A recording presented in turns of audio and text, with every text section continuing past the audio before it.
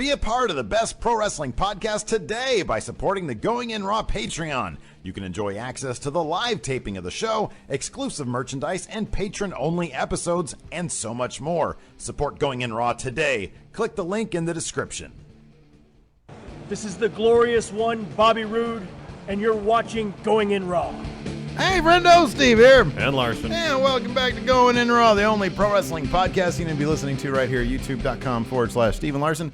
And available wherever fine podcasts are. Be sure to hit that subscribe button, a little notify bell next to it on the YouTube if you want to always get your new Going In Raw content. And if you're on any of the wonderful podcast apps listening to the show, leave us a rating or a review. Yes, it's please. A great way. Including Spotify. We're on Spotify now. Finally got on road Spotify. to Spotify is complete. We are there.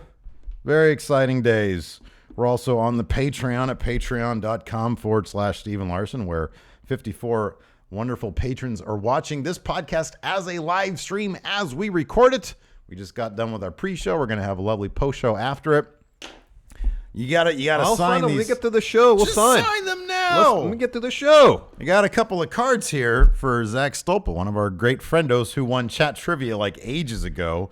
That's the thing we do for patrons only after our Wednesday episode. Yeah, today's Tuesday, though. Today is Tuesday, but I want to get these sent off. Yes, I'll do it. Let's finish the show. It's taken me forever to do this. Anyways, we're also at prowrestlingtees.com/Going In Raw. We'll talk What about do you it got? later. What do you got? Oh, my goodness. You got yours on, too. I have, well, look at this right here. A breakdown of his Hall of Fame video. I don't take notes very often, but I did. Take notes. I did just for this. How many times did he say, damn, I'm good during that? It's literally a shot. I can find out. We'll talk when we right. get there. Yeah. We're going to talk about Jeff Jarrett going into the Hall of Fame. Yeah. Our apologies for not doing a video yesterday. It's a holiday, usually like on kind of like the non-major holidays. The federal holidays here in America. We'll still work, but yesterday we just didn't. Yeah, I feel like we just start not doing the federal holidays. Okay, usually. I mean, sometimes we've done an Ask Steven Larson beforehand. Yeah. And I think that's fine if we can get something done in advance. If we can do that, great. Well, once we get to the office, which we're on the road to Office Space, we're counting down the days now. We're about 10 days, less than that. Yeah. 9 days, I think, away from hopefully getting internet. The construction actually going down at the Office Space. Yeah, so once that happens, then we can actually fully move in. We've got the backdrop. I've ordered the sign. Yeah. Our new Going In Raw sign. We're going to have a new logo or kind of rebranding stuff. A little bit, yeah. So it's kind of interesting. I got some more acoustic tiles put on the floor. I am less and less enamored with this office because we're so close to new office. Uh-huh. Like, I don't really like coming in here anymore. A lot of it has to do with my office chair. You spend all that money on that office chair, you don't use it. Well, I took it to the new office. Oh, good. But even there, I don't like it. It's too ergonomically sound. Yeah. And it's not comfortable enough.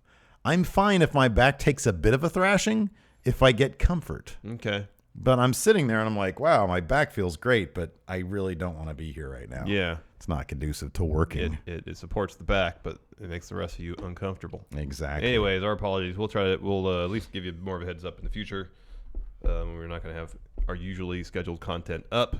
Yeah, it'd be good to know like the in advance. We as can just opposed to tell day them. of. Yeah, but I mean, here's the thing: we put out a lot of content. Yeah. We do a very good job with that. Yeah, we're very prolific. Yeah. And federal holidays, I think we can spend with our families. Oh, I agree. Okay, good.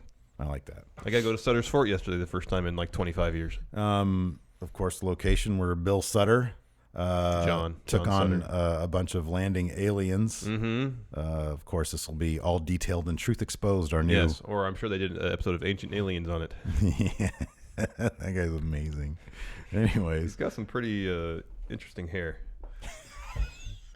I know exactly. When you're talking so much weird shit, and all people can focus on is your hair, you know your hair is very strange. Yeah, because he says the weirdest crap. But all I'm looking at is his hair. What credentials does that guy have? I have no idea. Is he like a teacher? He's probably like a teacher somewhere. Maybe. That's weird. Like that guy, has like is credentialed to do anything. Well, depending on the school. He knows it's all crap, right? Yeah. like, at what point did Ancient Aliens, the show, just say, you know what? We're not going to get anybody that's really that's legit. It kind of feels like a show that jumped the shark from like the pilot. Exactly. Anyways, and yet it's fascinating stuff. Well, the funny thing about that show is that each show will start with a kernel of an interesting idea. Right, exactly. And then just rampant speculation for the next 30 to 60 minutes. Well, that's what I want Truth Exposed to be. Oh, all right. So no research. No, we have to research. But I mean, come on, how much research can you really do on? Well, let's read the Wikipedia page and that's it. No, well, that's the extent of the research. And then an hour of speculation. Yeah, exactly. And uninformed connections of dots. Tomfoolery. Yes. Anyways, no, I want to be the definitive voice on conspiracy theories. Oh, yeah, right. absolutely. All right. Anyways, wowie wow. What a performance from Seth Rollins. Yeah. On Raw. Top 10 Raw performance ever. Holy crap. We were trying to scramble together like a count-out list for this weekend for that. We might still try to do that, Yeah, I got right? 6 ideas. Oh, good. Okay, cool. So we need 4 more. Okay. Well, we'll talk to Chat about it. Yeah, we'll talk to Chat about it. Chat. Hey, Chat. All 54 of you. Post-show. Post-show. Let us know what you guys think. Not right now, because we're not going to see. Yeah. We'll ask you in the post-show best performances ever on Monday Night Raw itself, not SmackDown. Monday Night Raw. Just Monday Night Raw. Just Monday Night Raw. Think it over. You got about an hour to come up with ideas. Don't send them to us now. I don't want to hear them now. Remind you after the show is over. Anyway, let's talk about Raw itself. That's what we're here to do right now. Yeah, man. Let me bring up some notes. So the show kicked off with the Gauntlet Match. All 7 participants of Sunday's Elimination Chamber match going head-to-head, Gauntlet style. Yeah. Before we actually got any action, we got a riveting Roman Reigns interview. Yeah. Man, he had lose face during his interview. He had roll-up lose face, Yeah, man. He seemed like, even during the match, he seemed kind of checked out. Yeah. Did you get that? He was setting up for a spear, and he was grabbing the ropes, like trying to fire up the crowd. Yeah, okay. And there was zero intensity behind it. You know how I just said like minutes ago, I'm kind of over this Office Space because we're on the road to Office Space? I think he's on the road to WrestleMania, and so he is just cruise control. Senioritis. Exactly. He's like till graduation day. He's like, all this is just whatever, and then just I'm going to talk to Brock, and I'll be with Brock next week, Mm-hmm. But we'll talk about that in a second because Braun Strowman had some pretty strong words too, and I wonder. He did. It's going to be a letdown if it's not Roman versus Brock, right? Yeah. Are we going to get? Well, I mean, in terms of entertainment factor, no. But in terms of finally culminating the story, yes. If Braun wins at Elimination Chamber, Yeah. aren't we all just going to be waiting for the moment on Raw where they pull a swerve and somehow get Roman into that spot? Yeah, either Braun or Seth Rollins. Up until the very moment when the entrances are supposed to happen, we're going to be like, where's Roman? They're going to have a emergency Money in the Bank ladder match. Right, exactly, So Roman can win that. To open the show. Yeah. Right. Yeah, because it's got to be Roman. But then there's like people on Twitter trying to start this stuff about, oh, well, now there's Truth Exposed conspiracy video proof of Roman Reigns' drug stuff. Oh, I saw that. Did you see? Oh, you just saw like the speculation also? No, I watched the actual video. Oh, what was the actual video? It was the same guy that was interviewing that we talked about on Dirt Sheet. Oh, yeah, sure. Back. Same guy. The video posted yesterday, I guess, was more focused on Josh Duhamel.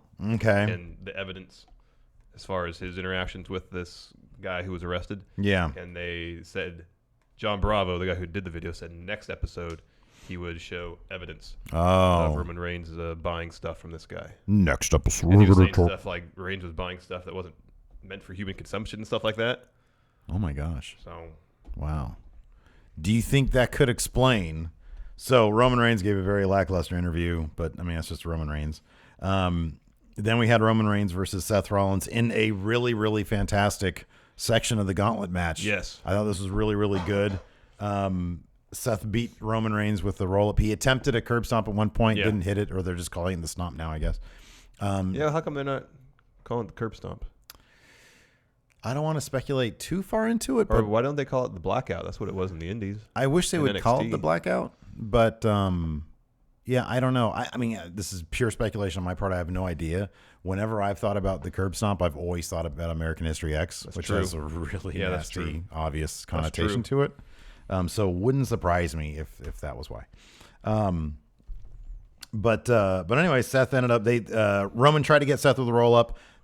Seth reversed that into his own roll up. Yeah. Was able to like put his weight down on Roman. Yeah. And he got the pinfall on Roman Reigns. Yeah, there's a couple of really good. My theory is completely blown out of the There's water. a couple of really good spots in this match. Seth tried to do some top rope thing. Reigns countered with a nasty Superman punch. Yeah. Reigns went for a spear and did a really try to get the crowd hyped up with the least amount of intensity possible. It seemed like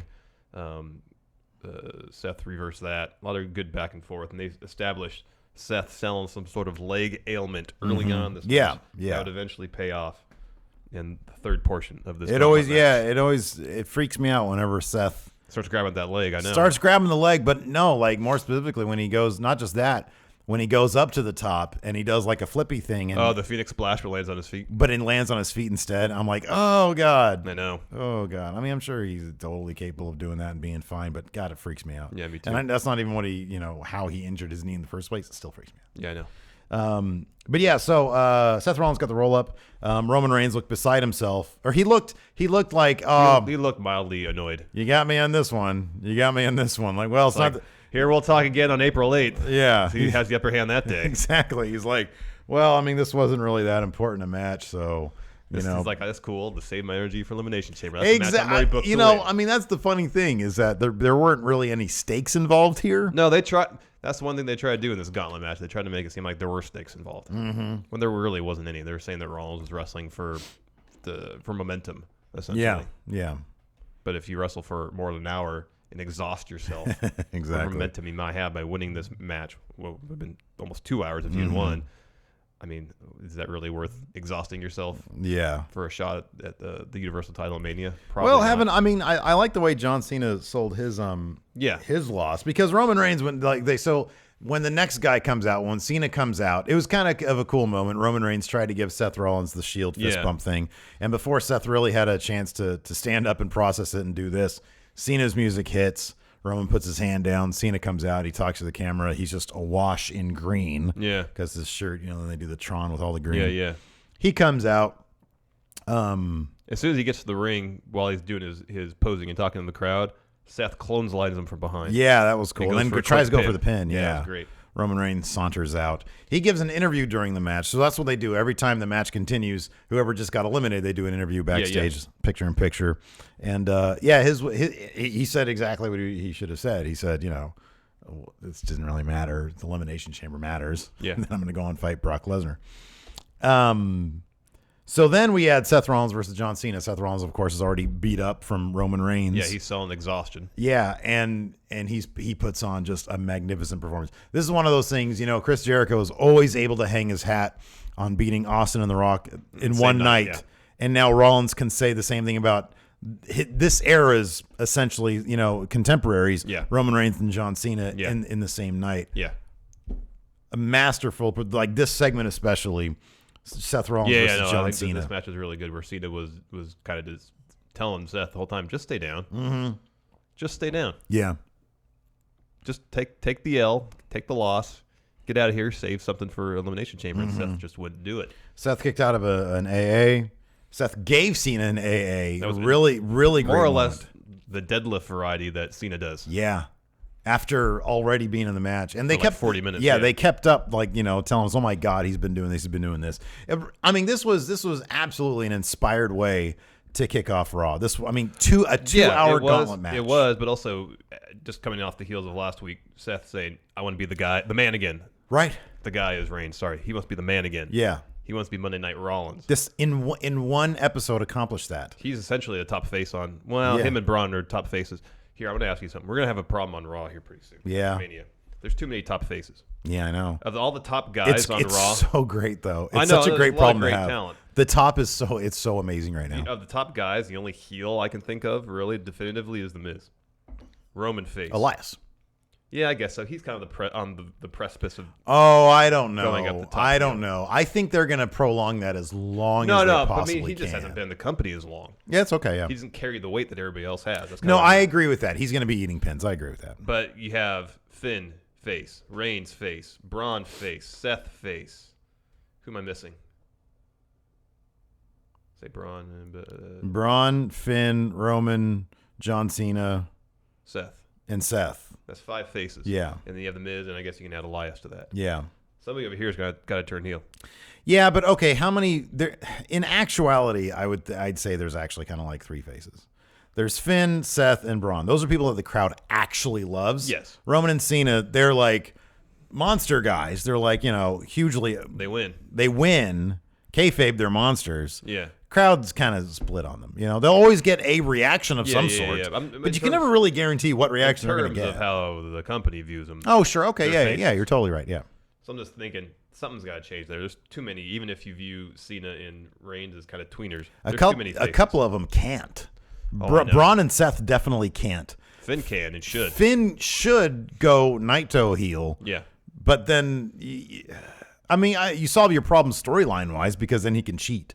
Yeah. And that's what you kind of need. I think that's what you're getting at, right? You need a bad guy in your story. Yes. Yeah. Yes. But the crowd's still going to love him. Oh, yeah. But that doesn't matter. Yeah, you need bad guys to tell stories. Exactly. And right now they're kind of short on bad guys. Yeah, I get you. So anyways, yeah. Finish saw Cena give Seth one AA, roll through, maintain wrist control in an effort to give him another one. Seth reverses into a revolution knee, then gives him a super kick. Is that what it's called now? Yeah. As of when? A few weeks back. Oh, that's interesting. Okay. And then gives him a stomp to beat Cena. Yeah, that was crazy. Oh, my God. The crowd freaking blew up. And there's that moment, maybe, a third of the way through the match where Seth was just getting beat up. And then Cena kind of does something, and Seth hulks out, essentially. Gets in his face. Oh, man. Great stuff. It's just an amazing, fantastic performance. It was so good. Next up, Elias, who sprints to the ring. He's got the DDP belly tape on. Yeah. And his shoulders taped up as well. Yeah. From the base hit from literal base hit. The literal base hit for Braun Strowman. Yeah. He runs to the ring, starts laying into Seth, starts working over the knee that no one else had up to that point. Puts him in a single leg crab, works the knee against the ropes, all that kind of stuff. Cena does an interview and says he made a sympathetic mistake. Is that how he put it? Yeah, I guess. So there was one moment when Seth was in the corner and Cena laid off on him and said, "Come on up." Yeah. Maybe that's what he was referring to, but that was kind of early on in their match. It was about halfway. Was it halfway? Okay. Yeah, but I thought it was throughout, early. instead of he would knock Seth down, and rather than just capitalize and get on top of Finish dropping it, yeah. AA right away, he was just kind of not really showing the intensity maybe he should have. I guess that was his point. And you know what? I'll go back to this because we've said this before, and then somebody tweeted at us last night at Real Going in Raw about the ridiculousness of Cena saying, "I have no path to WrestleMania." Kudos to Cena for making that his story, though. Yeah, I know. I'm sure it was a creative decision. Yeah. And it is absolutely ridiculous. But, he says, without the Elimination Chamber win, I'm not going to have a path to WrestleMania. I love that he's so invested in that storyline that he continually He's all in on it. Goes to that. I like that. No, it's not terrible. It's a reason for him as opposed to Survivor Series. I mean, that's the exact opposite. Where he's announced on Twitter and just shows up. And he just shows up, not in the same gear as everybody else wearing. Yeah. Like, what team are you even fighting for? He has. Look, it might not be the most believable of motivations, but it's what he has, and it's a motivation. So I'm happy that they have that. And I guess if that's the door they're going to use to get Undertaker involved, it makes sense. Yeah. Because the Raw after Elimination Chamber, he'll probably show up, Cena that is, say, well, I guess I'm not going to be at Mania. Gong hits, Undertaker comes out. Yeah. That's probably how it's going to be. So Elias is working over Seth. Seth comes back. He manages to, get another 10 minutes out of Elias before Elias finally hits Drift Away, beats Seth Rollins. After an hour and 5 minutes, Seth is finally eliminated from this gauntlet match. And I like that they gave that to Elias. He's a heel. He needs heel heat. Yeah. Next up, Finn Balor, Burgundy Balor.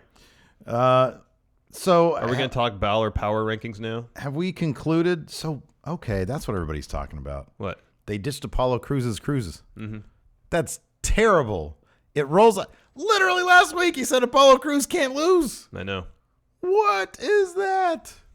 Oh my gosh. Anyways, because everybody was talking, I was like, why are people bugging about Michael Cole saying Apollo Crews? And then I was like, oh. Yeah, somebody in chat here said they got rid of the Crews. And I was like, Apollo now. That's what they're talking about. Just Apollo. I didn't notice that. That's so dumb. Oh, man. Apollo's a great name. Yeah. But give me the Crews. I know him as Apollo Crews. I know. It rolls off the tongue. It really does. Anyways, next, Elias versus Finn Balor. Balor wearing the Burgundy Balor gear. Yeah, there's no more indication. Power rank. That Burgundy Balor is not better than Gray Balor. No, it's not. But I dare say it's just a notch below. because he lasted almost an hour in the Rumble as Burgundy Balor. Oh, that's a good point. And then last night, he lasted about a half hour. Hold on a second, though. Also, Gray Balor beat Bray Wyatt. Yeah, that's not that huge of a feat. You're right, it isn't. It's not. Burgundy Balor's up there. If Burgundy Balor... If he's Burgundy Balor at Mania, not the Demon, and he wins, then that's it. Burgundy Balor's number one. Oh, then that's for sure. That's confirmed. He seems like huge match Balor is Burgundy Balor. That seems to be clear as day. Big match Balor. Yeah, it's Burgundy Balor. It's Wine Balor, yeah. Yeah.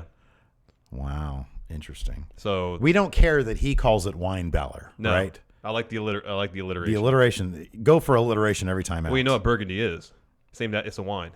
That's why they call it Burgundy. Okay, it's a well, there region you of go. France that makes wine. There's Burgundy style of wine. So I'm essentially saying Wine Balor. Okay, yeah, but in a fancy pants way. Alliterative way. An alliterative. I like alliteration. Alliterative. Lois Lane, Clark Kent, Yeah. J. Jonah Jameson. Yeah. All great alliterative names. Yes. Lex Luthor or Lex Luger. Luger. You know who else? Double J. Jeff Jarrett. J-A. J double R. E double F. J double A T, double R E double T. Double D. Double 5. Double 6. Part. All right, you're taking it too far. Double J. Taking it too far. A double A. We'll save all that for your breakdown of the Jeff Jarrett. A double package. 5. I'm the greatest. Ain't I great? I have ain't a I great? very. Not damn, I'm great. Ain't I great? I have the best breakdown of his. All right, well, we're not there yet. Hold his on. 2-minute Hall of Fame video. Hold on. So Burgundy Balor gets in the ring. We have a Seth Rollins interview. You know, somebody said on Twitter, "Man, this the 2-hour Gauntlet match means that we're gonna get like a super quick Raw recap."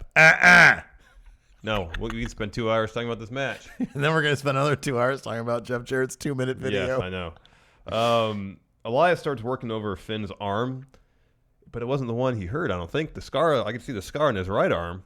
Oh yeah. But I mean, that's just wrestling. You work over the left arm. Yeah. It's just how it is. Yeah. Anyways, Seth Rollins gave an interview during this match. Seemed exhausted. I just wanted to. Yeah, give he looks him, exhausted. I wanted to give him my hydro. I hope he gets a couple days off. I've got a new shark. Oh, from Monterey. That's shark cool. on my hydro here. That's a good-looking shark. Lacey got me this. Eventually, though, Finn beats Elias with a coup de grace. Mm-hmm. Yep. Decent quality match. Yeah, no, it was good stuff. Next, Miz. Miz Taraj comes out, distracts Finn. Yeah. Miz attacks him from behind. Elias gives an interview backstage during this match. He's so good, man. He is good. He's so good on his interviews. Mm-hmm. He's so flipping good. He said, "I'm going to move on and give the greatest performance on the grandest stage of them all, WrestleMania." Oh, I love Elias. Towards the end of the match, Balor, tired of the Miz Taraj, messing with them, does like a surprise plancha onto him. I did not see that coming. I was stunned. Yeah, that was Holy great. crap. I was like, because he ran the ropes and he thought he was going to just bounce off and attack the Miz. So he ducks under, then does a plancha or something like that, And right? the camera was on a long shot, so it's not like the camera was following him and you were expecting. Sometimes they telegraph it Yeah. with TV direction. The camera was a long shot, and you just see Finn like fly full speed out of the ring over the ropes. Yeah. And lands on Miz Taraj. Oh, so good. Oh man, it was so good. He's so flipping good. Finn goes up to the top rope for a coup de grace, gets distracted by Miz Taraj. Takes out one, takes out the other. Yeah, Miz pulls him off the top rope, gives him the skull-crushing finale, gets the win. Yeah, they're booking the skull crushing finale pretty strong these days. Well, kind of, not really. Well, not against try hitting it. If Miz is going to take on Braun at WrestleMania, he's got to figure out how to hit that on Braun. Well, he did in this match. Oh, did he? Yeah. Man, I missed that one. Yeah, we'll get to that in a second. But no, I do remember that. Yeah, that's right. That's when he kicked out and threw him out of the ring. Yeah. Okay, that's right. So Finn, It just looks ridiculous. Yeah, Finn though, I guess he'd already been wrestling for a good half hour at least. So one skull crushing finale could do it. Yeah. But we've seen in recent weeks where Roman Reigns kicked out with one skull crushing finale. Yeah, I know. I want them to book Finn a little bit stronger. Same. I was hoping he would go a little bit longer. Same. So the last matchup was Miz. I really like this though. So versus Braun after Strowman, Miz eliminated Finn, I like this, and it's also ridiculous that Miz wouldn't realize before he even entered the match. I know. At first, he's all celebratory, and then he starts to realize, and it's a great job. Hey, kudos to his acting coach, and he's been through, he's been in a bunch of movies and stuff. Yeah. But the look on his face and the crowd reacting to the look on his face, all was fantastic. The whole crowd was chanting Strowman, and he hears them and starts going, oh. It's like, who did you expect was going to come out, man? Just think about it. Who hasn't been in this match yet? Yeah. It's Braun. Braun's music hits. Braun. Just that big screaming Braun and the big drum. And then the Miz's face just was like, oh, this is going to hurt. Tries to run out of the ring. Yeah. Braun chasing him down. The most terrifying sight. And I love it because at this point they started referring to Braun as a bear. Yeah. As a big, fast grizzly bear. Yeah. And it's so apropos because bears are really fast. Yeah, they can be. And that's always scary to me. Like the fact that, you think of a giant bear probably lumbers around. No, you have a 1,000-pound beast that's running after you. like Usain Bolt speeds. Yeah, right. I think they can go like 30 miles an hour. Ready to tackle you. Yeah. Wasn't that like Usain Bolt's like fast at his fastest? Something like that. He was like 30 miles or 28 miles an hour. Really run 30 miles an hour? Oh, I don't know. That seems a little fast. They can go pretty. How fast? Yes, please check. I will. I'd be more than happy to be surprised by the blazing speeds the bear can run. A polar bear can run 25 miles an hour. Okay. What about a grizzly? Well, that's got to be around the same as a grizzly bear. Well, I mean, like I don't know if they're 30 miles an hour. Right, I was good. right. Oh my God. Good job. I remember that from something. I don't remember what. Man, that's a Usain Bolt. What's the fastest Usain Bolt?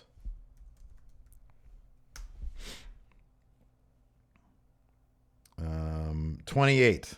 Okay. 28. So a bear is faster than Usain Bolt. That's impressive. Although I do remember this. I actually read this. What? That in theory, the fastest humans could possibly run is 40 miles an hour. Like, we could still get to 10 miles an hour, like muscular-wise. Science has said that we could actually, like... That's the most our body can withstand, probably. Prime human could possibly run 40 miles an hour. I think Braun was, like, eclipsing that. I think he was, like, 45. Because he looked like a car. I know. Chasing after the Miz. It was fantastic. It was great. Catches him, gets him back to the ring, get a Finn Balor interview where he's like, oh, Miz Taraj. Ooh, Miz Taraj. I'm so angry, but... At Elimination Chamber, it'd be no Miz Taraj because Finn and Miz and 5 other people would be locked inside the chamber. Miz Taraj stuck outside. So let me ask you this right now. What do you think the odds are we're going to get Miz Braun or Miz Finn? It's got to be Miz Finn. Yeah. It has to be Miz Between Finn. all their Twitter back and forth. This makes all the sense in the world. the sense in Finn the world. Balor is winning Intercontinental Gold at WrestleMania. Or he's not and going to SmackDown. Or he could and still go to SmackDown. Who's got the U.S. title right now? Could they do a switcheroo? Bobby Roode does. Yes, they they could could do a switcheroo. They should do a switcheroo. Turn Bobby heel. Come on, just turn him heel. We won't want that. Now, Raw's lack of heels would be helped greatly when Samoa Joe gets healthy. Oh, yeah, big time. So, which could, in theory, be any day now. Yeah. Or any week now. Anyways, Miz does hit a skull-crushing finale. Is this true? Alex C. in chat said they found fossilized footprints in Africa that they reckon prove the 40-mile-per-hour theory due to the space between steps. Spoiler alert, it was in Wakanda. It's actually Black Panther that did that. Fantastic movie. Go check it out.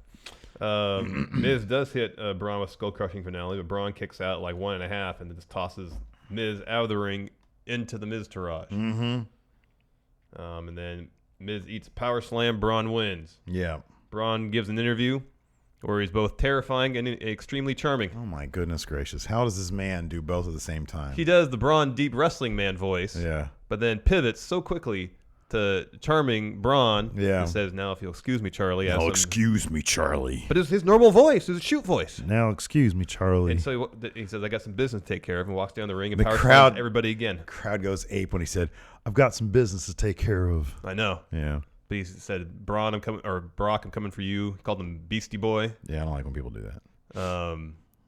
Says he's going to win Elimination Chamber, go to Mania, beat Brock. That was a pretty powerful statement. Do you think they could do like a fatal 4-way? I'm not going to read too much into it. They should. What if they do Brock, Reigns, Seth, Braun? Oh. I mean, would we then declare the Roman Reigns experiment dead? Yeah. Yeah, probably, huh? Even if he wins, yeah. Yeah, right. Because they're not going to, yeah.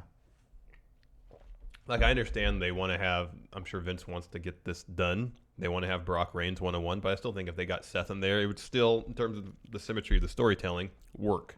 And, I mean, Roman brought it up during his thing, yeah. Yeah, his I think it would work. Yeah. If they're worried again about, I mean, Roman's going to win. If he's in that match, he's going to win. Is this going to be 20 years from now?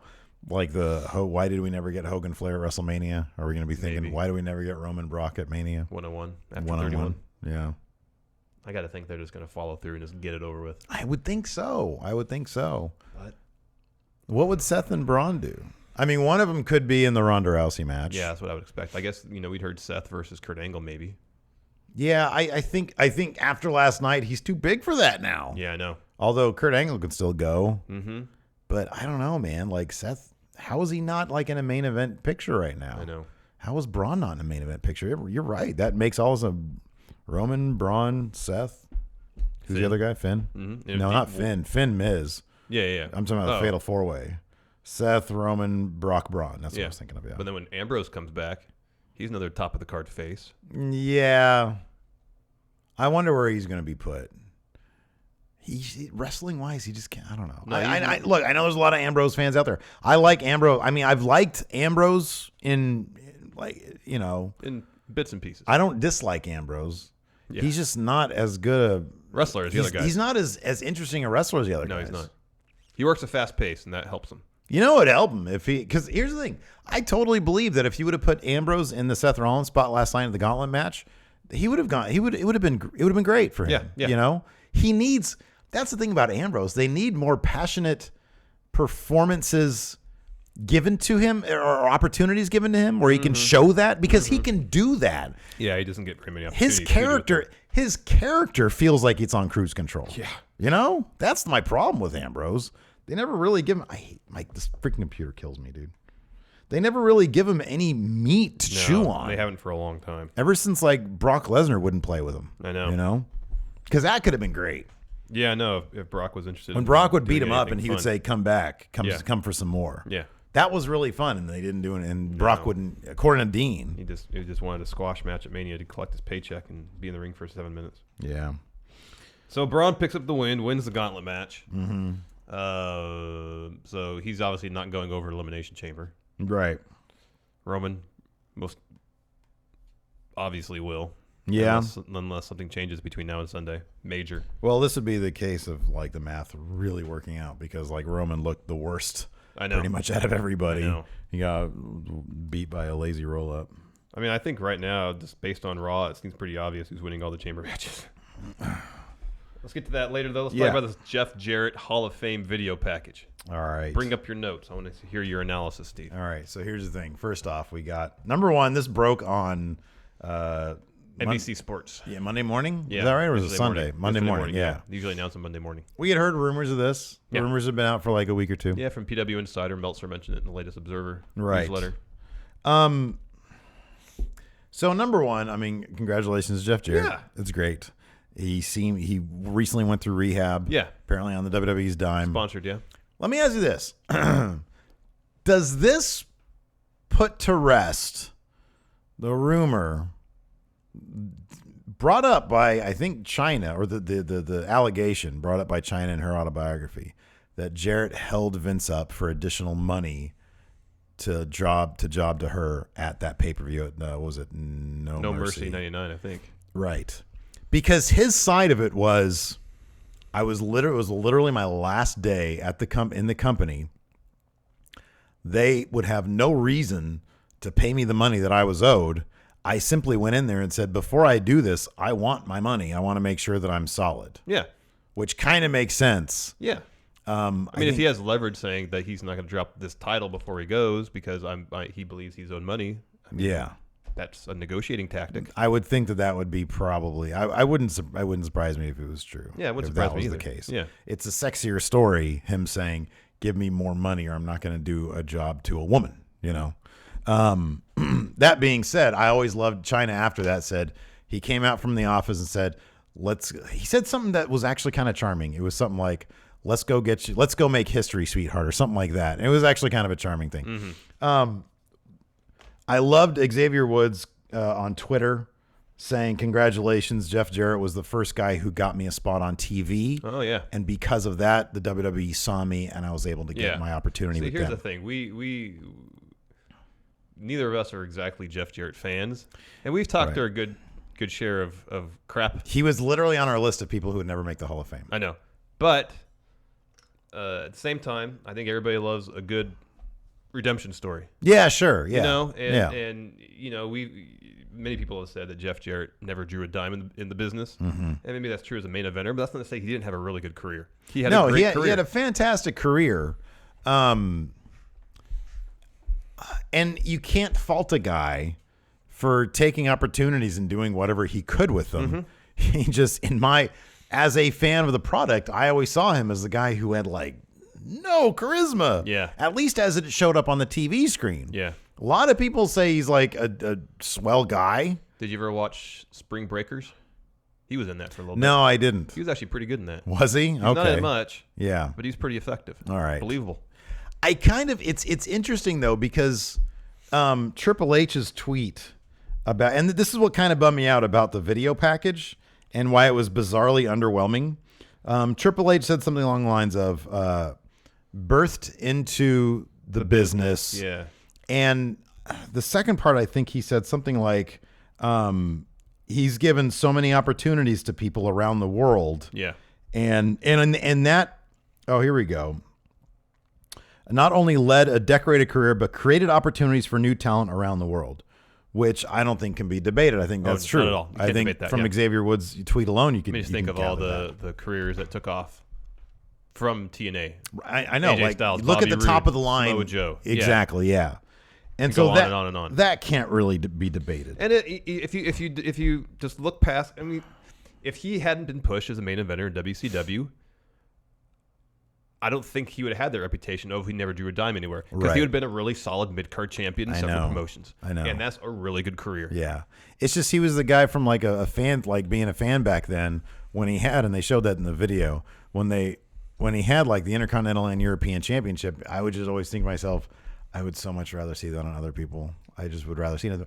The thing that bums me out about the video, and yeah, I took detailed notes on the video. The thing that bums me out about this video was that it didn't reference any of the shit that he did to help other talent outside of the WWE. It seemed almost entirely focused on his time, pretty much just his time in WWE up until he went to WCW and became a main event guy. It was hugely underwhelming. So it starts out with his WWF intro, which was horrible. It was like, "Hi, I'm Jay." It was like, it looked like at like a from Music City, Music City Hall or something like that, or the Country Music Hall of Fame, something like that.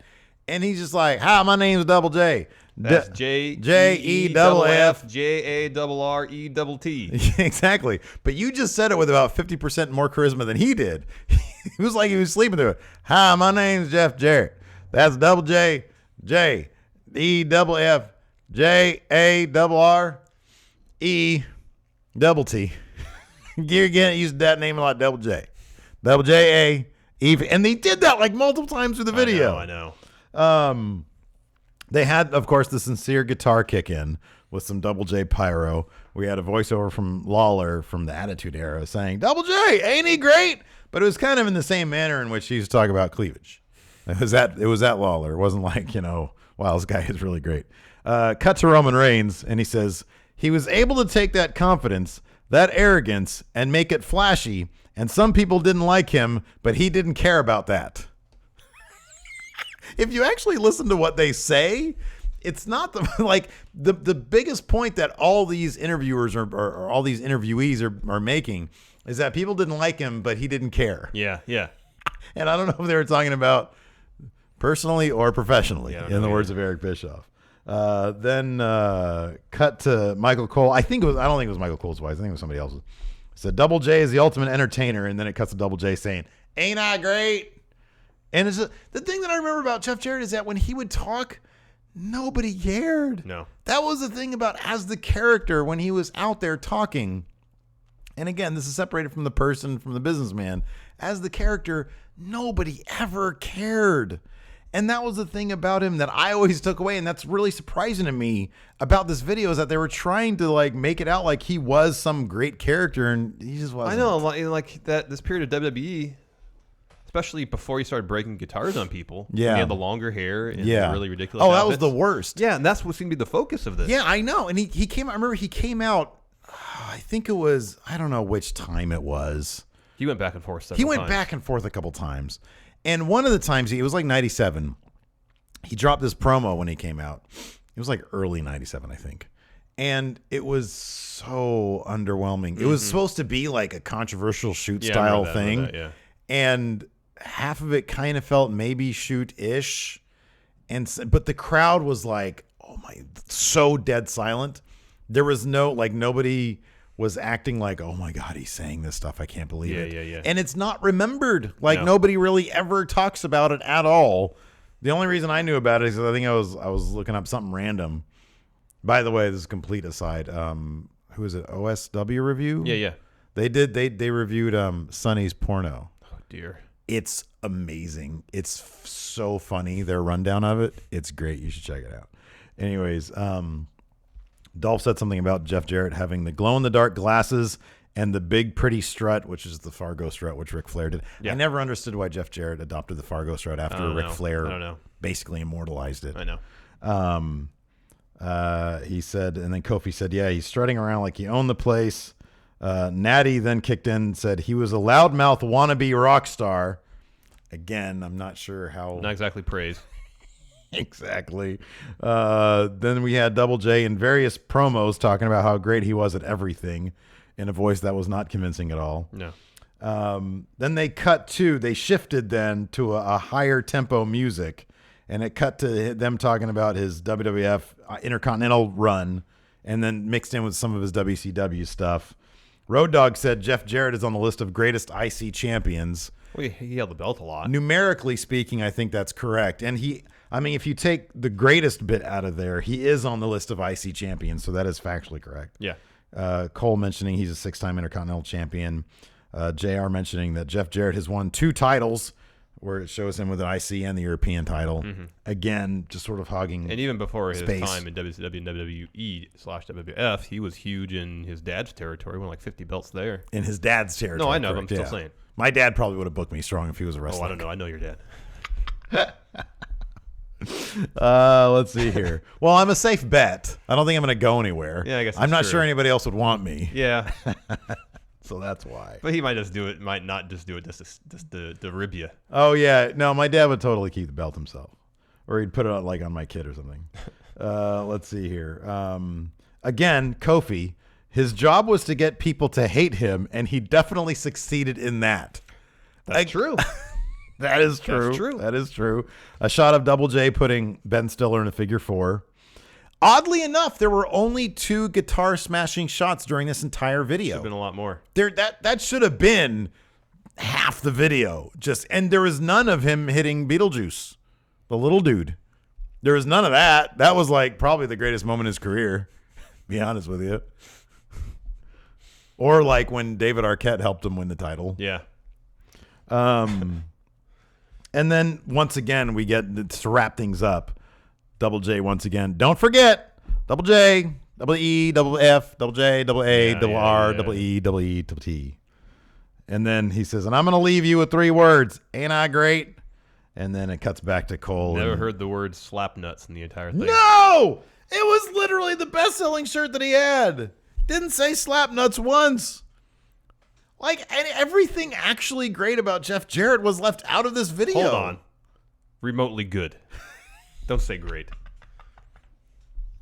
Anything remotely memorable about go. Jeff Jarrett I know. or any of his actual accomplishments was left out of this video. Why didn't they interview Xavier Woods? He actually has something good to say about Jeff Jarrett, and not just he wanted people to hate him, and they did. That's what I took away from this video. Yeah, I know. He really tried to get people to hate him, and they really did. Yeah. Maybe we should call it Jeff Jarrett Heat.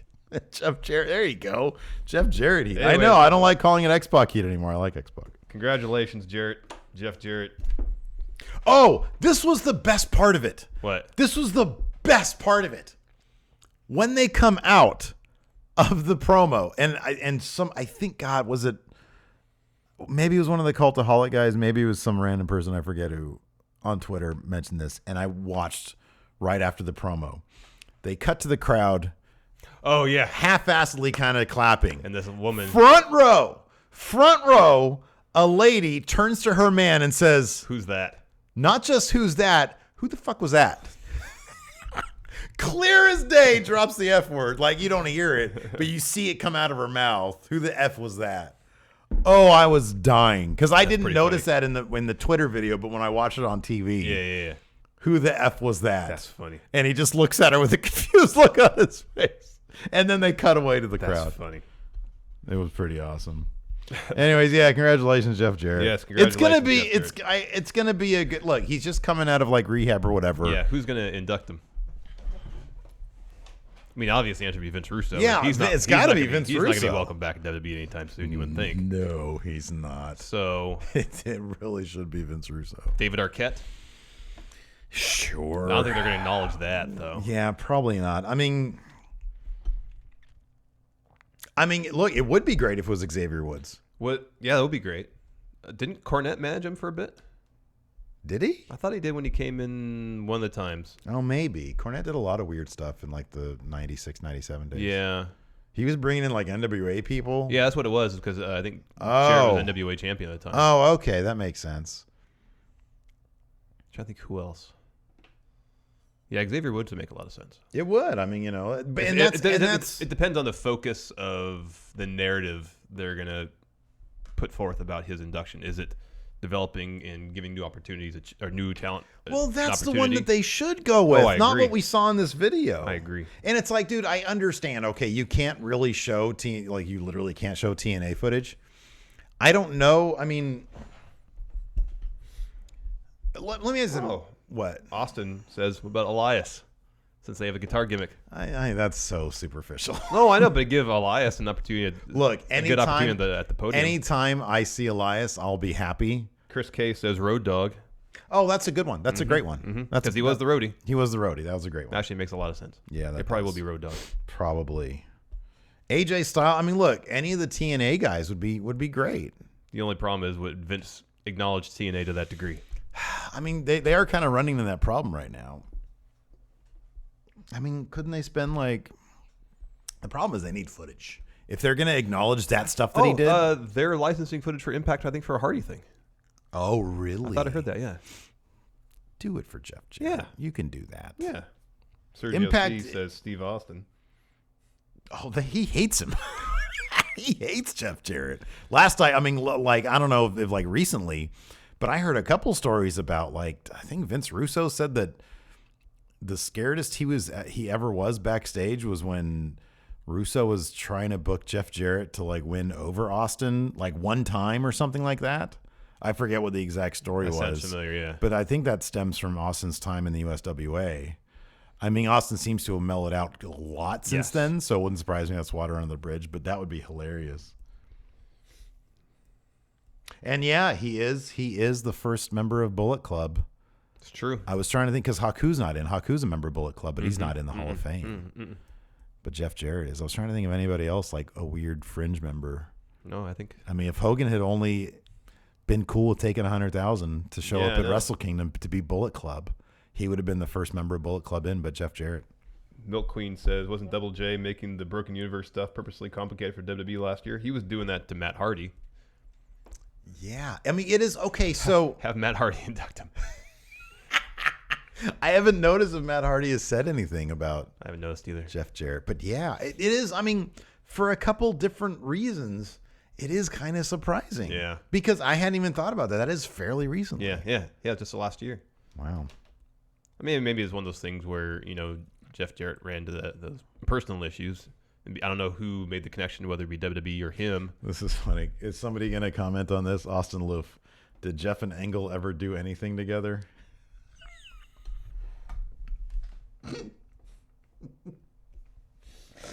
Yes, they did. Yeah.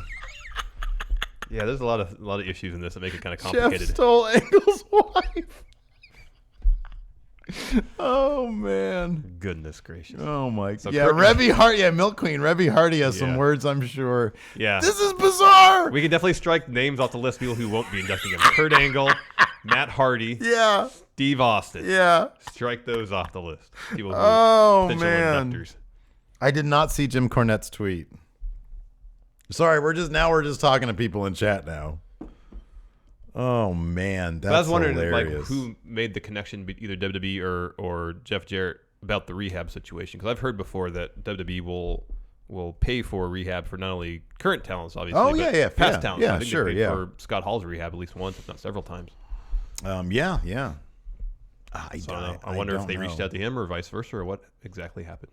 But I wonder if without that, if he'd be Oh, I doubt it. I think that was probably the connection. Catalyst. Yeah, I think that was probably the connection there. That's so funny though. Anyways, let's move on. Yeah, let's get back to Raw. This is going to be a long show. Yeah. The funny thing is there was like one match for 2 hours, and it's going to be a long show for us. I know. Next, we had an Asuka interview, which I thought was good. No, I thought it was great. I know some people were like, being annoying and saying, because like her English isn't like, $1 million, but I thought it was great, man. You know what? She communicated what she needed to communicate. There was passion, intensity behind it. I love it too because here's the thing, like, she's charming as hell. Heck yes. She's charming as hell. And so to me, there's like an added bit of, I don't know, personality in the fact that, she's got it's not perfect. Yeah. No, I agree. And I like that. And the crowd eats it up. And whatever asshole in the crowd is chanting what, you can go F yourself. Yeah, because that's exactly. just. I mean, passion and intensity and genuine, trying to instill some genuine meaning into what you're saying goes a long way. I know, exactly. And she did that incredibly well. Yeah, like try going to freaking Japan and speaking the language. Like they're completely. It's not like Spanish where half the words are just virtually the same thing as what we speak. Yeah. Try doing that for a second before you start chanting what at somebody. It's rude. That's crap, dude. It is crap. Don't do it. But no, I loved it. And then Nia Jax tried to attack from behind. Asuka sees her coming, but in the end, Nia Jax gets the upper hand. Samoa drop, 3 leg drops? Yeah, man, she was doling out those leg drops like they were Jeff Jarrett guitar shots. Asuka's definitely going over at Elimination Chamber. Oh, big time, absolutely. But it's gonna be an interesting match. I don't know where we're gonna differ at Elimination Chamber. Next up, Sheamus and Cesaro versus Apollo and Titus. Yeah, Titus Worldwide. Apollo no longer has the last name Cruz. No surname. I don't like that. I don't know why. I mean, I know like the WWE has a history of getting rid of, for example, it's not Antonio Cesaro. It's just Cesaro. It wasn't Adrian Neville. It was just Neville. It's not Elias Sampson. It's just Elias. It's just Elias. When is it just going to be Finn? Oh, that's no good. Or Rollins. Well, that's how we have it on We Book Raw. True. It's just Rollins. Reigns. Yeah, Reigns. Brock. Yeah. Yeah, I don't know. Scott. It doesn't do it. Scott Dawson. Oh, thank you. Yes. Wilder. Jax. Bob. Rude? Yeah. Okay. Randall. Oh, yeah, that was another one. What was it? Alexander Rusev? Was yeah, that his name? Rusev. Yeah. Machka. Yeah, this is Rusev. English. Yeah. Anyways. But then it was Charlotte. That was her name when she got brought up. They added a name. Flair. They added the Flair. But Flair is a special thing. No, I understand that. Yeah. Nonetheless. Anyways, how many matches is this that Titus I think World? 3. Why do they not have the titles? Why have in none of these matches the I titles think they're on the getting a line? title shot at Elimination Chamber. Okay, they're going to lose that. That's annoying. They're going to lose. I might call that as a win for them. For Titus Worldwide? Maybe. Come on. They're going to lose again. Yeah, no, you're right. We're coming up to WrestleMania. Yeah, Thebar's holding those belts till Mania. Give me a break. Have them win it the second time and then have Thebar win it back this time or something. Oh, I agree. That'd be great. But then they got to have their Elimination Chamber match. Yeah. That's annoying. No, I agree. If Titus Worldwide beats him twice, then the third match needs to be a title match. You would think if they beat him once, the second one would be a title match. Yeah, you'd think so. So they should have won the Were titles. any of these title matches and they won by DQ or something? No. It was all roll-ups. Oh, my gosh. So they should be the champions now, and then have the rematch Elimination Chamber. Well, that's where Thebar wins them back. And then goes Thebar on. gets them back, yes. Well, that's annoying. Apollo rolled up Cesaro. I love, and I love at the end when Titus Worldwide was celebrating, and Dana Brooke, who's my favorite thing now, starts pointing at her statistics, saying, "I knew it. She had the algorithm. She has the algorithm." Next up, we had one of those intercut Bray Wyatt, Matt Hardy promos. Bray Wyatt. My favorite thing about this is for whatever reason, I actually paid attention. Bray Wyatt, the very first thing he said was something akin to, "These are bad things, man," or something like that. Bad times, something like that. Bad times, or something bad is about to happen. And I was like, yeah, this friggin' promo and this whole program, get Do some film stuff. I know. Do something interesting. Just do something. Be new. new. Be new. Be new. Wear a glowy thing around your neck. Next up, we had Sasha Banks, Mickie James, and Bayley versus Mandy Rose, Sonya Deville, Alexa Bliss. Holy crap. Mandy Rose and Sonya Deville wearing that matching Absolution color-themed stuff. They look like $1 million. Give us a tag division. Give us a women's tag division right now, please. Bring in the iconic duo. Yes. There's so many great... I'm not sure what they're going to do with Dakota Kai, for example, in NXT. Just bring her up, put her in a tag team. Yeah, her and Boom. Bayley. There you go. Perfect. Her and Bayley. Who would want to see that in a tag team? That'd be great. I'd love that. Anyways. So, yeah, this was... There was one spot I couldn't get off my mind, and it kind of ruined the rest of the match for me. Was Mandy Rose and Bayley kind of botching the head scissors thing in the corner. And she sort of threw Bayley down, and Bayley looked like it actually hurt or something. And maybe she was probably just doing a good sell job because then she got up and she was running around a bit more. But, man, it looked nasty. Well, she didn't. Bayley's legs didn't get on. Didn't get all the way up on her shoulders. And so it was a little awkward moment of trying to figure it out. And I think they just, or Mandy Rose at least, just said, okay. She just sort of threw her down. Yeah. But it was kind of stunning, and I was like, oh, that was bad. And then, like, I just was looking for sloppiness after that for some reason. Yeah. And it kind of sullied the match for me. Yeah, no, I thought the same. But I like the end. I mean, the end, Alexa Bliss taps out to the bank statement, and then Absolution goes in the ring and starts attacking everybody. There's a stare down between Alexa Bliss and Absolution. She's saying, no, don't attack. They do. Mickie James comes in for the save, and her and Alexa Bliss double DDT Sonya Deville, I think. Yes. Yeah. I thought that was cool. I mean, an interesting little dynamic between Alexa Bliss and Mickie James. I kind of like that. It is, and people pointed this out, and I do kind of agree. It's Paige coming out with Absolution still. It's a reminder that it's just a bummer every time. You know, I wish that they would address something. Unless they're just really holding out hope that somehow, some way, she will get cleared. But if it's WWE's own doctor saying no, saying that you should never do this again. Yeah. But I mean, hey, maybe the rumors are wrong. Maybe they're wrong. Hopefully they're wrong. They have been before. Yep. So anyways, let's answer some questions. Yes, let's do so. Oh, wow, we're already an hour deep in the podcast. Cool. Oh, extra money. There we go. Question. Oh, by the way, if you guys want your question read on the show, I'm gonna break just because every once in a while there's like an extra special question that I might notice on Twitter. And somebody hit me up this, and I do want to get your thought on this. All right. Oh, there were two things. Number one, Brian Zane retweeted this tweet from @the_J because it made me laugh. Here's the scenario.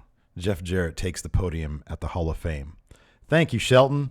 You know, they used to call Shelton the gold standard. Oh, yeah, you know what that is? I saw that. Gold is a money-making opportunity. The lights dim, and Jarrett takes out a laptop and hooks it up to a projector. Let me tell you about gold.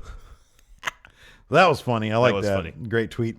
And then there was this question here from Pete @theMayorPete.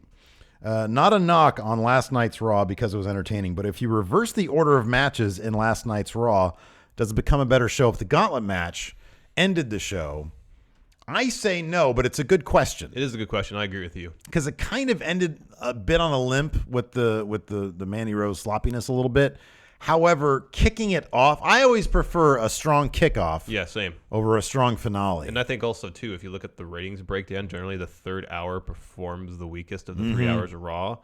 So that's why a lot of times you'll see Roman Reigns open or close the second hour and stuff like that, because I think in some ways they consider that in the main event of the show because that's counter ratings, generally speaking, are towards their highest. Whereas they fall off pretty significantly in the third hour unless you got something major going on in the main event. Yeah, but just the pacing of the show, I felt really was like that Gauntlet match. It was so shocking to be like an hour into the match and you're only 3 guys deep or whatever. I know. It was like, oh my God, and you realize you're getting something special, and the crowd's really into it. And I think that's a better way to start the show. Because if you start that hour into the show, you might already lost some audience members. It's going to feel like a slog. Yeah. Also, the match, because you're starting to realize around like the third hour, okay, well, this is probably going to last the entire time. For example, you'd be kicking off the show with a Double J Hall of Fame video package. Right, exactly. You're going to lose some audience members there. You're going to, Exactly. Anyways, we'll get to our questions. If you guys want a question read on the show, $1 a month and up on the Patreon, patreon.com/Stephen Larson. That's where we get our questions from. First up, Nemo, the Universal Kidney Punching Champion, asks this: when Nia loses to Asuka, what do you give the odds that she will force her way into the chamber a la Edge? You think Nia's going to say, I'm not finished? Depends on the order of the matches.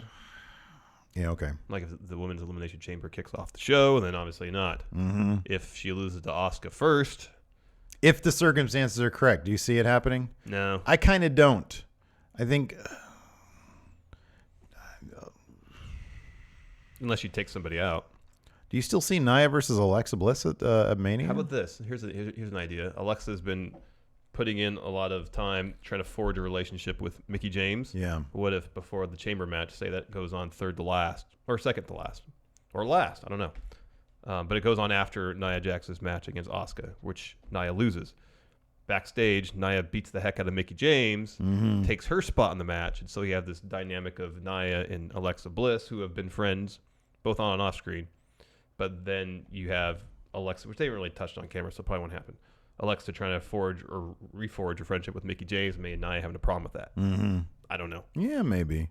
I'll say this. I don't know what the odds are. I mean, my gut says not very high. Yeah, I would say very high. However, I would love for something like that to happen because you don't often get very many storyline twists and turns in the women's division. And I feel like that's one thing it kind of needs. I think especially this show where it seems a lot of the outcomes of the matches are pretty predictable. Yeah, and the relationship dynamics between Nia Jax and Alexa Bliss and then Mickie James, that's something that could be fun to play with. Yeah. You know, you need some twists and turns there. Exactly. Unretired Dwayne Nix. There's rumors floating around that we could be getting Balor versus The Miz for the Intercontinental strap at Mania. If Balor wins the IC belt, who would be some wrestlers you guys would like to see Balor defended against, and how long of a title reign do you see him having? I think it wouldn't surprise me if he had a title reign that lasted up until him getting back into the main event scene. Yeah. You know? Like Balor versus Seth would be great, but Seth is going to be contending for that Universal title after Mania. I think he is too. The match last night was good. Balor versus Elias. Yeah, I know. I was thinking the same thing. Elias is kind of the natural first guy after Miz, if that were to be the case. Balor Joe. Oh, that'd be good. That'd be really good. Balor needs to pick up some wins against Joe. Mm-hmm. He really needs that. Mm-hmm. Who else is kind of in the mid card? Yeah, I know. I'm trying to think. There isn't much of a mid card. What if after Thebar drops the titles at Mania, Sheamus takes a break? We get Finn versus Cesaro. Oh, who wouldn't want to see that? That'd be great. Are we finally going to see the culmination of the Finn Bray Wyatt feud? What everybody wants. Yay. Oh, there you go. Finn versus Matt Hardy. Yeah, Jonathan Reiner. Are Gallows and Anderson officially faces? Also, what do you see being done with the Raw tag titles at Mania? I mean, it's got to be the Revival versus Thebar, right? Yeah, that has to be. That has to be I feel like the Revival has some good momentum on their sides. I think the club are probably just like biding their time until Finn gets that IC title and they're just hang out with him. I feel like they'd put them together and then they really had no plan what to do. At some point, does Finn just say, guys, I'm dealing with the Miztourage out here. Can you come out here and help me out? That would be real. Fat Bastard Champ Alex Foster. What are you guys going to do with the current space once the office is set up? I'm pretty sure I could use a place to stay. I'll work. Man, Alex Foster is not. My wife already has plans for this space. It's going to be half her sewing room and half Alabama's room because we got too many kids in here. We got too many people taking up spaces. Alabama doesn't have her own room yet. We have her toys in the entry room. She sleeps between me and Lacey. So, yeah, this is going to be her area and then Lacey's sewing area. So, sorry, Alex Foster. You're out of luck. Kevin Mack asked a question that we already discussed. Who do you think should induct Jeff Jarrett into the Hall of Fame? Oh, yeah, we already talked about that. Nathan Ragland, create the perfect gauntlet. Hold on, I like this. What? Nicholas Grothkirth responded to that. He says, I like AJ or Joe to do it. A quiet way to nod TNA. That's not a quiet nod to TNA. It's pretty overt. Nathan Ragland, create the perfect gauntlet match with any wrestler ever. Would include Michaels, Austin, Strowman. The perfect gauntlet match. AJ, HBK, Rollins. HBK starts it off. HBK and Rollins started off. Oh, that's good. Just trying to think of guys that can really go. You know what I'm gonna do? So Kenny Omega. AJ and Rollins started off. They go an hour. You know who? Yeah, they go an hour. You know who ends it? You know who comes out last? Bret Hart. Oh dear. Rest holds. You have HBK, Rollins, Styles, Kenny Omega, Bret Hart, Finn Balor, Steamboat. Oh yeah, Steamboat. That'd be good. And then Ric Flair could go. He had a lot of long matches. I want like an Iron Man Gauntlet match. I mean, here's the thing, man. You want to go back. So you have to go back to like Farmer Brown. Bruno, he was in an 81-minute match. That's what they said last night. That's right. Yeah. So Bruno, Farmer Brown, Luthez. I'm sure he had a lot of long matches. You like old guys who I could saw go. a clip on Twitter of a Luthez Buddy Rogers match where Buddy was running the ropes. I don't know if he was selling. Oh my God! He looked like he was about to fall over at any second. He was running so fast. They look like the Young Bucks, man. Yeah. They were going so fast. I mean, Luthez was powerbombing people back then. I man. know. We got to dig out some old Oh, heck yes. Black and white Luthez matches. Yeah, dude. There's no copyright on that anymore, man. It's too old, so we can get away with just doing like some old-timey reaction stuff. That was a good question. Austin Luff, longtime listener, second-time patron, with Dana's comments about the 7th man in the chamber.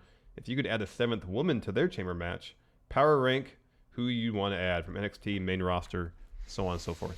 Either Kyrie or Shayna. They're my two favorites right now. Kyrie's so good. She's such a good damn wrestler.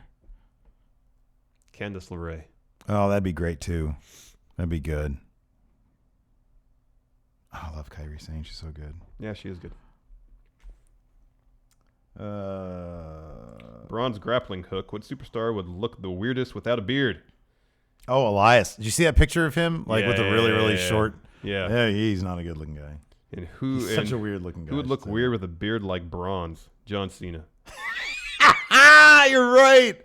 He is made to be like smooth faced. Yeah. Said, today I've decided not to shave. I'm going to apply that same philosophy for the next 6 years. Today I've decided not to. However, I will put oil in it, keep Yeah. it well trimmed and combed every day. Every day. Let's see here. Yeah, Wayne Dorsey. He's beside himself about the name of the knee also. Oh, the Revolution knee? The knee's landing, the knee, the ripcord, and now it's called the Revolution knee. That's like the worst of them all. Just call it That Cool Knee. Ripcord's a good name. That Cool Knee, the knee. King's Landing's a great name. Oh, that's the name of one of Ricochet's moves. Oh. Would you say King's Landing or Knees Landing? Oh, Knees Landing would be great. That's good. Yeah. Custard Cannon, Jared Ellis. With the contract signing of Ronda Rousey coming up, reports say the WWE has interest in signing Gronk. Power ranked top 5 athletes you like to see make the jump to WWE. Number 1, LeBron James. Oh, number 1 number 1 through 5, LBJ. Heck yes, man. Man, that dude, he is the man. He is. He is awesome. He's great. He's so good. All right, LeBron 1 through 5. I'll say Giancarlo Stanton, baseball player. Oh, okay. Okay. He's massive. Okay. Him or Aaron Judge. They're both really large, muscular. They could probably do well. Oh, D'Angelo Williams. Oh my God, yeah, he actually knows how to wrestle really good. Yeah, he was really good. That'd be good. Yeah, LeBron though. Oh, LeBron's the best. Yeah, dude. he is. He's so good. He'd be dominant too. Let's see here.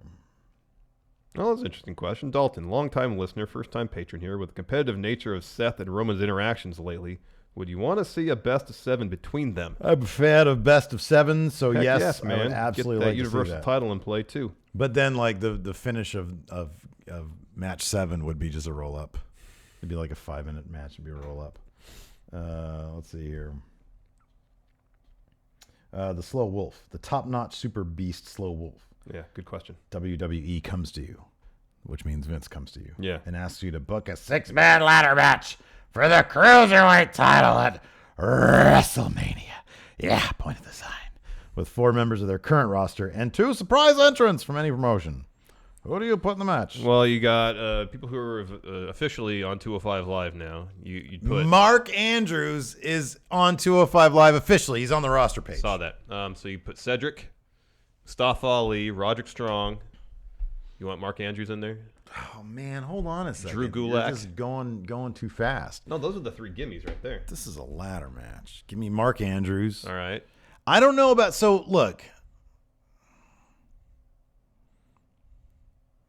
I don't know what Roderick Strong could do in a ladder match. I'd have to watch a ladder match. All sorts of backbreakers off of ladders onto ladders. All right, Roderick Strong is in. You have Cedric in there. All right, you put Cedric in there. You got to put Mustafa Ali in there. You've already used 4, man. Can we know. slow down a second?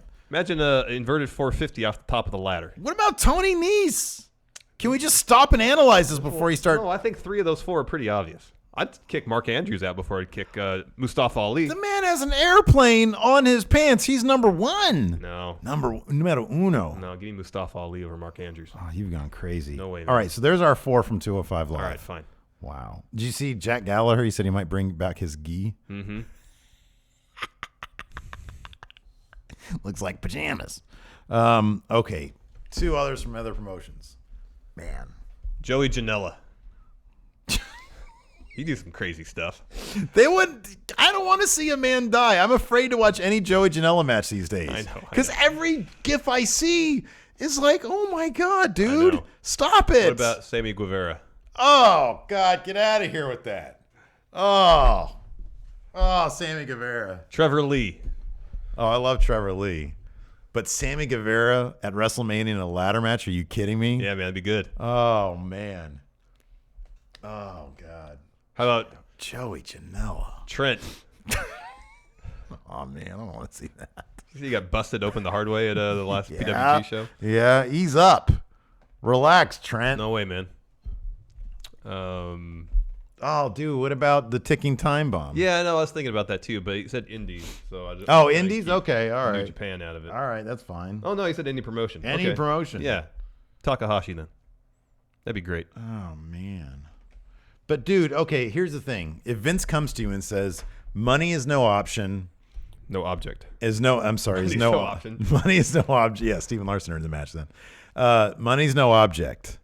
How do you not say R4 plus the Young Bucks? Oh yeah. I mean, that's it. Yeah. That's it right there, Yeah, because then yeah. you're just showered with praise. Yeah. Everybody loves you. But if you take the Bucks out of it, Oh, dang. I didn't know this. Steve Klain. Hey, friend, it was announced on Valentine's Day that my fiance and I are getting married by Chris Jericho on the cruise in October. Whoa! That is awesome. Congratulations. Oh, my God. That's crazy.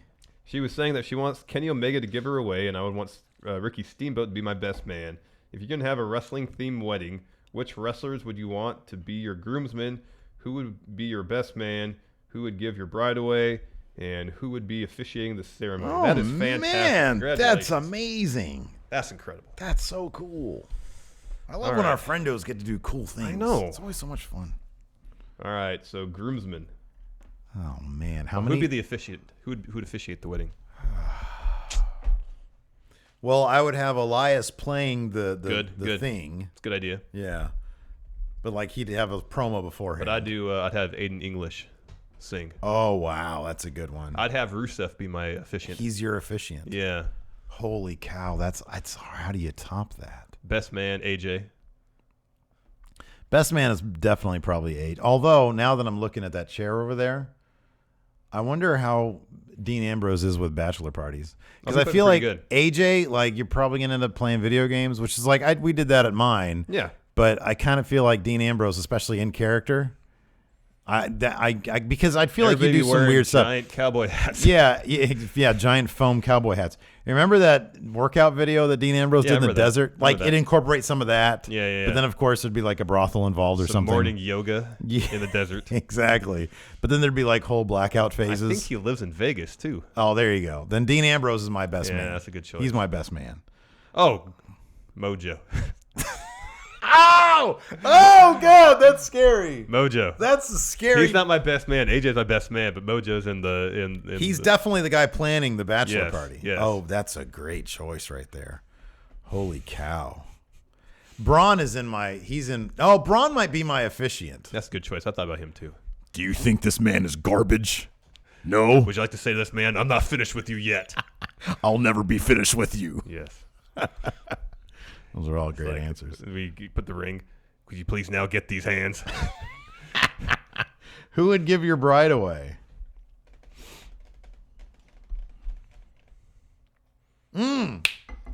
Oh, man. I don't know if I'd want this for giving the bride away or for my officiant, but I kind of want Paul Ellering as my officiant. Oh, that'd be good. You've got the algorithm for love. Successful marriage. Oh, man. There are too many good answers for all these things. I know, there are. Who would give your bride away? If it's not, Ellering would probably be my officiant, and I think Braun would maybe give my bride away. Because who's going to mess with that? Like, you want somebody who's protected. Yes, exactly. You know. Wow, so many great answers. But that's fantastic. That's really fantastic. Yeah, that's awesome. That right there gives me a reason why I might want to go on the cruise. I know. Like, I would actually do that for Steve Klane's wedding. Yeah. More than anything else. I'll have to look into that now. That'd be so special. Yeah, that really would be. Nightcrawler, hey, friendo. So I know you guys always talk down on Jeff Jarrett, but in my opinion, he was one of the best B-player guys in wrestling history. I think we did a good job today of outlining the goods. Literally, I think if he was never pushed as a main event guy. Yeah. Would he be on the list? Here's the thing. It's always funny.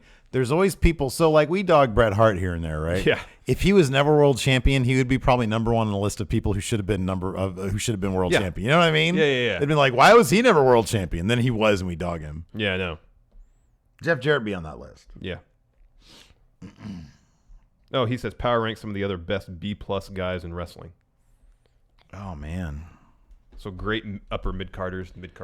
Razor Ramon, Rick like Rude, Scott Hall, Mr. Perfect. Yeah. All guys who could have been world champs in WWE. Yeah, for sure. Oh, Roddy Piper, probably number one. I mean, he was a main eventer. He was a main eventer. I guess world champion isn't necessarily a prerequisite. No, just guys who kind of lived in the mid card. I mean, Rick Rude was here's the thing. Like, for a while, Owen Hart. For sure. For a while, like, main eventer of WCW was the equivalent to upper mid card in WWF. I know, as we saw with Jeff Jarrett and Rick Rude. Yeah, exactly. Yeah. Oh, good question there at the bottom. CM Punk finds it insulting. What's the over/under on how many finishers Roman will kick out of in the Elimination Chamber? How many people are in the match? 6, or 6 including him. I'm sorry, 7. I'm gonna say 5. Whose finisher is he not going to kick out of? Braun's? No, he's only gonna take 5 of them. Oh, he's going to take 5. He's going to kick out of all the finishers that are given to him. Oh, really? Yeah. Wait, there's 7 people in the match. I'm not saying everybody's going to give him a finisher. I'm saying that he's going to kick out Well, if you're saying 5, that means 1 isn't going to give him his finish. Who's it going to be? Braun, right? Protect his power slam. Braun, protect the power slam. Even though I feel like I could take the power slam and be totally fine. Oh, he does it as gently as those possible. Giant pillow arms of his. Oh, man. Oh, this is interesting. The buff that runs the stuff. This makes 3 consecutive weeks with 0 cruiserweight presence on Raw. Do you think separating 205 Live from Raw entirely is the right move? Yes. Or does it just make the show even more obscure? I think it's a good move. People know enough about 205. NXT is never featured on a main roster show, and it's consistently like one of the top rated shows. 205 Live needs to build buzz, and I get that doing it on Raw is one way to do it, but they've never been able to do it effectively. Yeah. They always had like tag team showcase matches on Raw, or generally that's what they did, and they never quite worked. Yeah, and then I'm guessing they don't want to incorporate storylines too stringently on Raw for fear that people might miss something. I don't know. Make it its own. I think they've done a good job over the past 2 weeks of making it its own thing. We've always kind of had different approaches. Like I think there should be more crossover, and you think there should be none. So we'll see. Yeah, I'll put it this way. I'm happy with the way it's been the last couple of weeks. Yeah, same here. So.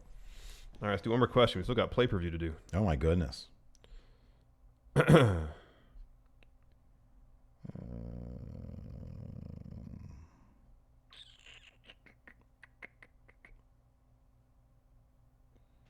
this is interesting. Alex C. is real. With all pay-per-views becoming dual-branded and therefore spots on the card becoming harder to get, is now the time for WWE to bring a cross-brand trios title. What potential teams would you like to see? Yes, I'm a huge fan of that. I would rather see a women's tag division, though. Yes. I kind of take issue with the idea that the pay-per-views are going to be... I think the WWE has been skewing more towards on the non-Big Fours, and obviously not Survivor Series, they've been going more towards multi-man matches anyways. And if they're expanding the lower pay-per-views to 4 hours, even if they're co-branded, I kind of feel like everybody's going to get their shake. And you still have TV time, hopefully, on Raw and SmackDown to build yourself up the card. And I suspect the if they're going to have a 4-hour pay-per-view for, like, let's say Backlash or whatever. Yeah. They might have Plenty a 2-hour kickoff show to feature those people. I think it's probably much ado about nothing. All right, pay-per-view time. Should we do some Elimination Chambers? I'm going to do SummerSlam 2003, I think. So what is the limit? What is pay-per-view, Larson? Quiz each other on the results of old pay-per-views. That's actually the perfect summation. Very good. You're doing 2003? SummerSlam 2003. You're doing SummerSlam 2003? Elimination Chamber match then. That's what they said during commentary last night. Yes. I have 8 matches. Or I can do 7 since one was on Sunday Night Heat. All right, keep that up. I'm going back in time.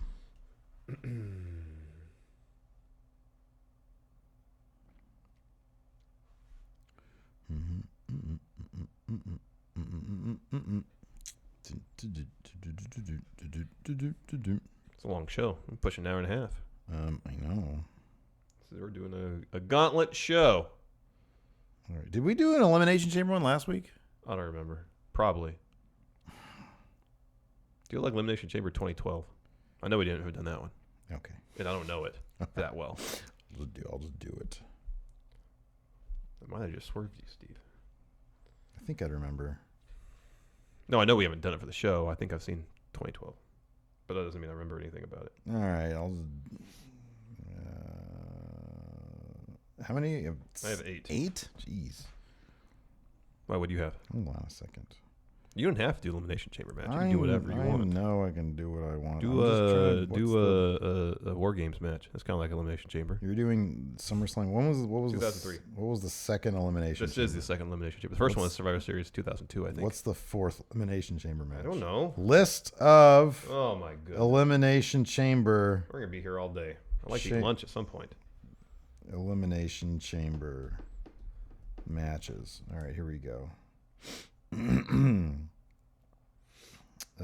Perfect. Okay.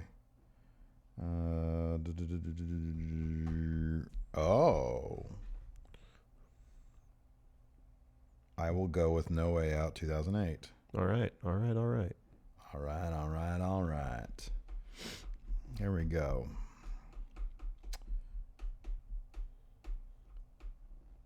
And I've got, perfect. 7. We can do 7. Cool. Okay. I will start. You start. La Resistance versus the Dudley Boys in a tag team match for the World Tag Team Championship. Who came in as champion? La Resistance.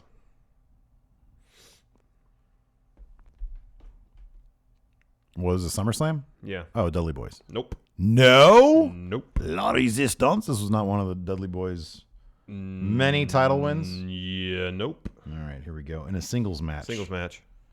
The gold standard himself, Shelton Benjamin, took on the Monster Kane. Who won? Shelton Benjamin. The Monster Kane. Earned it. Next, Falls Count Anywhere match between Eric Bischoff and Shane McMahon. Ah! Shane McMahon. Yeah, put a finger up. In a singles match for the ECW Championship, the champion, Chavo Guerrero, took on challenger CM Punk. CM Punk. Wrong. Wow. Somehow Chavo Guerrero won in 7 minutes. Fatal 4-way match for the United States Championships. Chris Benoit. Who was champion? Hold on, I'm getting to it. Chris Benoit, Tajiri, Rhino, and the champion, Eddie Guerrero. What year was this? 2003. 2003. Benoit, Rhino, Guerrero, Tajiri. and Tajiri. I'll say Benoit won. Nope. Guerrero retained? Yep. Man. We're not doing too well. Next up. Next. The actual one, the Elimination Chamber match for the World Heavyweight Championship.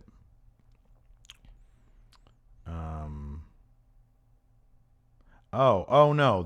I'm sorry. This was an Elimination Chamber match for a shot at the World Heavyweight Championship Gotcha. at Mania. Gotcha. And it featured Big Daddy V, the Great Khali, MVP, Mm-hmm. Finley. Mm-hmm. Again, another guy they took his name away from. Batista. All right. And The Undertaker. Batista. The Undertaker. Oh, damn it. I should have thought about that more. A singles match for the WWE Championship. Kurt Angle, the champion, versus Brock Lesnar. What was this? SummerSlam? Yeah, 2003.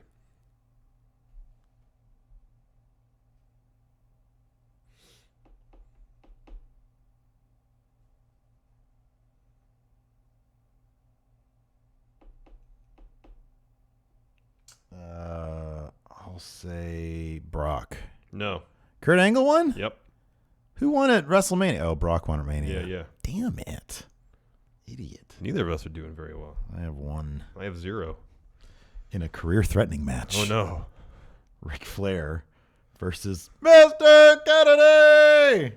Career-threatening match? I guess, yeah. It's only Isn't that a retirement match? I guess. Ric Flair. Yeah. Very good. Because you know that Mr. Kennedy did not retire. No. Ric Flair. Next.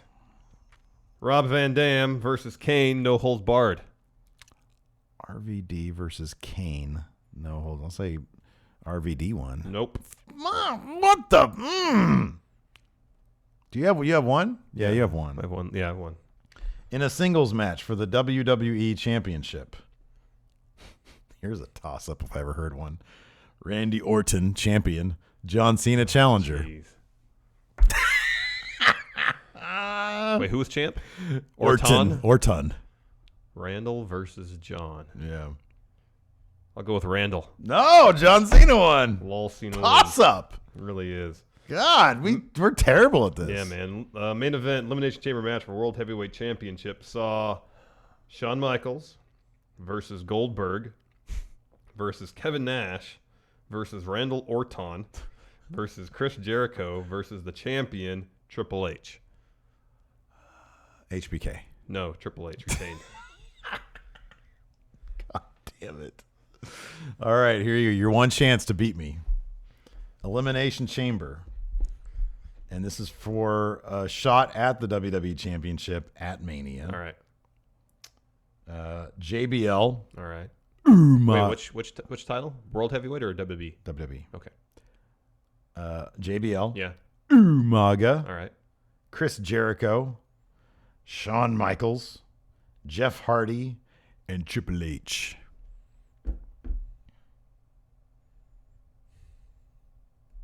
I'll go with Triple H. Very good. You win, you bastard. 2-1. I'm the man. I'm the man. Anyways, we gotta get out of here. We got so much to do. Hilton's back from the All-Star game. Great job, Hilton. Wondering why he didn't hop in there when Fergie was eating shit. Hey, man, she took a risk. Didn't work. I know. Hey, you know what? Sometimes you fail in life. Anyways, that's it for the show. Thanks so much for tuning in. Until next time, we'll talk to you guys later. Bye.